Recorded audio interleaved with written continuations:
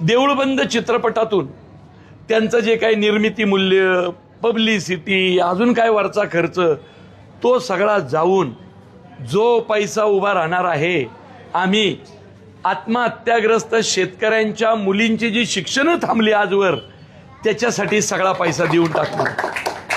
त्यामुळं 5 पैशाचा मोह नाही, कदाचित त्याच्यामुळंच स्वामी समर्थ भरभरून या सिनेमाला देतायत. त्यामुळं ग्रामीण भागातला माणूस इथं येऊन जे तिकीट काढतोय, त्याच्यातनं जो निर्मात्याचा नफा असणार आहे, तो नफा म्हणजे शेतकऱ्याचेच पैसे, प्रेक्षकांचेच पैसे एका चांगल्या कामासाठी जाणार आहेत. सरकार काहीतरी करतंय, प्रशासन काहीतरी करतंय, त्याच्यातच आमच्यासारख्या एका कलाकारांचा छोटासा हातभार कैलासवाणी लावतायत, याचा आनंद होतोय.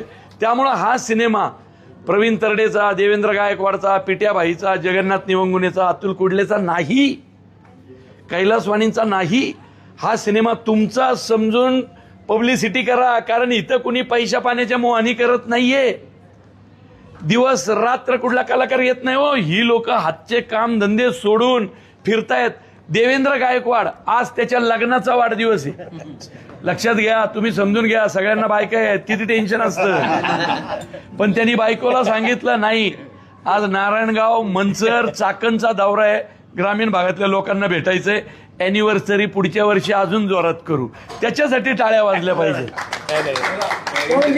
दर दिवशी 3 शेतकरी आत्महत्या करतात, अशी परिस्थिती महाराष्ट्रात असताना यापुढे तुम्ही त्यांना काय मार्गदर्शन करू शकता? मी काय मार्गदर्शन करायचंय? जे करायचंय माझ्या सिनेमानी केलं की. माझा सिनेमा जो बघेल त्या शेतकऱ्याच्या मनात आत्महत्येचा विचार येणार नाही, हे मी खात्रीला एक सांगतो. त्यामुळे माझ्याकडनं एवढंच शक्य ना. आता मी एक कलाकार माणूस, मी काय करू शकतो? दादा, एंटरटेनमेंट आणि श्रद्धा नेमका गाभा काय पिक्चर काय सांगाल? श्रद्धा, निव्वळ मनोरंजनासाठी मी सिनेमे करत नाही. मुळशी पॅटर्न नुसतं मनोरंजनाचा सिनेमा आहे. इथं किती शेतकरी आहेत तुम्हाला वाटतं? बरोबर की नाही?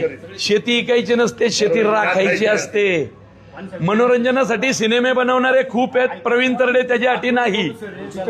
सिनेमा समाज प्रबोधन, मनोरंजन हातात हात घालून गेलं पाहिजे. याच्यानंतर दिंडोरी किंवा अक्कलकोटला तुम्ही गेलात का? त्यानंतर अरे सिनेमाचा टीजर लॉन्च, अरे पहिल्यांदा असं झालं मराठी सिनेमाच्या इतिहासात. टीजर लॉन्च कुठं झाला? अक्कलकोटच्या मंदिरात वटवृक्षाखाली.